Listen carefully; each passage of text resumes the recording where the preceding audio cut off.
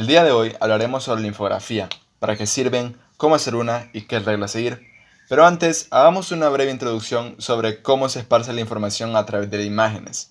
Vamos a hablar de los memes. Todos los conocemos, todos hemos visto uno, y aunque nos parezcan banales o ilógicos de algún modo, hoy los examinaremos profundamente, pero no mucho. El concepto de meme es una propuesta hecha por un biólogo británico llamado Richard Dawkins, quien habla sobre cómo se desarrolla la genética y cómo los seres que poseen genética tienen esta función de querer esparcir esta genética. Y él hace la analogía de que de la misma forma en que esta información genética intenta esparcirse, también esto se aplica a la información en general y cómo ésta se propaga. ¿A qué me refiero? Me refiero a como la receta que tu bisabuela le enseñó a tu abuela y tu abuela a tu mamá y ahora tu mamá te la está enseñando a ti. Y como el chisme que se inventaron en la escuela y mientras más se pasaba el chisme se deformaba por diferentes personas. La analogía se podría reducir de esta manera. El gen es la unidad genética que comparte la información. Y en nuestra era de hoy en día con las redes sociales, el meme es la unidad de información que nos ayuda a compartir. Lo importante aquí es que los memes obedecen a varios patrones que se ven igualmente en la genética, o la genética responde a lo mismo que los memes. Al igual que los genes tienen cierta estructura que los hace propagarse, los memes tienen una serie de reglas o de contextos que debemos comprender para poder hacer un meme efectivo, en el sentido de compartir el mensaje o de pasar la información. Y esto nos lleva al concepto de infografía. Una infografía es una colección de imágenes, gráficos y texto simple que resume un tema para que se pueda entender fácilmente. ¿Dónde se puede hacer una infografía? Existen varias opciones de aplicaciones gratuitas como Infogram o Pixlr, pero la más sencilla de todas, en mi opinión y en lo que he escuchado, es Canva. Puedes pagarla o usarla gratis. Tiene acceso a plantillas, le puedes cambiar el color, te permite agregar fotos o imágenes desde tu dispositivo o puedes escoger una que tienen ellos en la biblioteca. Te da acceso también a agregar marcos, flechas, iconos diferentes y todo esto para poder personalizar más tu infografía. Ahora veremos cuáles son los elementos y cómo hacer una infografía. Primero, debemos escoger un título. Este título tiene que ser llamativo, visible y claramente legible. Tiene que llevar también un subtítulo, más pequeño que el título, para que sea complementario, para entender el contexto o el enfoque de la infografía. Podemos agregar imágenes o iconos, porque toda esta infografía debe contar una historia con la ayuda visual. Todo esto a través de los iconos, fotografías, gráficos, imágenes que muestren claramente de qué se habla y faciliten la comprensión del tema.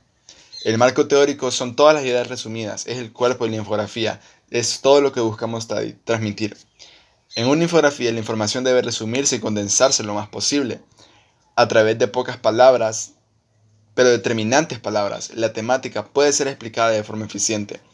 El orden de los elementos puede estar señalizado a través de números, años, colores, flechas. Lo importante es entender el orden en que se lee la información. Esto debe ser considerado al momento de diseñar la infografía. Nuestro tema natural de lecturas y las tendencias de lecturas culturales. Todo esto debe estar tomado en cuenta, si se lee de izquierda a derecha o de arriba hacia abajo. Las infografías pueden tener muchos tipos de estructura, lo importante es entenderse claramente y a simple vista cuál es el orden de la información. Otra cosa que se agrega en la infografía son las conclusiones. Estas van casi al final de la infografía de manera de cierre. Estas conclusiones no necesariamente tienen que ser una frase o un pequeño párrafo, también pueden ser un eslogan, una imagen o una marca. Su función es que tratan de recalcar o remarcar el objetivo de toda la infografía. También tiene que llevar bibliografía y referencias. Si el texto es basado en documentos, que es lo usual, deben estar bien señalizados los autores de las ideas, libros, revistas, de donde sea que sacamos la información. Y por último, los autores de la infografía. ¿Quién o quiénes hacen la infografía? Ya sean individuos, empresas, instituciones públicas, privadas o internacionales. De esta manera la información puede tener aún más certeza o razón de credibilidad. Entre otras consideraciones sobre cómo hacer una infografía tenemos el uso del color. El uso del color conscientemente es una herramienta muy versátil y muy útil en el momento de trabajar con una infografía. La psicología del color y la simbología del color son dos temas básicos y de fácil investigación que pueden facilitar dar a entender la intención de la infografía. Un detalle muy importante es que la estructura de la infografía debe tener balance. Usar la simetría correctamente es necesario.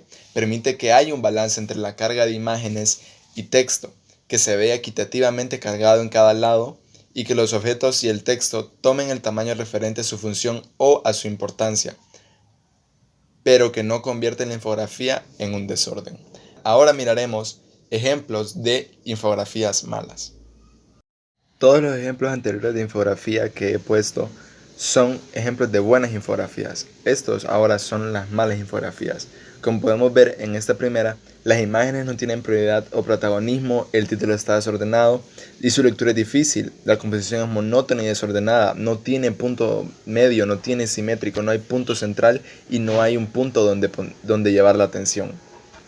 En este otro ejemplo, el título está mal ubicado, su lectura es difícil, es incomprensible, no hay centro claro, se pierde la simetría, el lado derecho está mucho más cargado que el izquierdo, hay una mala interacción de los elementos y no se comprende con claridad de qué se trata la infografía. Ahora en este, igual, no hay orden de lectura, el título no está bien estructurado, no hay simetría consistente, los textos no tienen ninguna coherencia, la información es incomprensible, el fondo con textura desvía la atención y estorba, la información no cabe en el espacio y las imágenes e iconos no aportan nada y todo está desordenado. Con esto termino, muchas gracias por su atención, espero que les haya gustado, espero que hayan aprendido algo nuevo y que se hayan quedado con un conocimiento valioso sobre este tema. Yo sé que estuvo por todos lados, pero sí, espero que les haya gustado. Muchas gracias.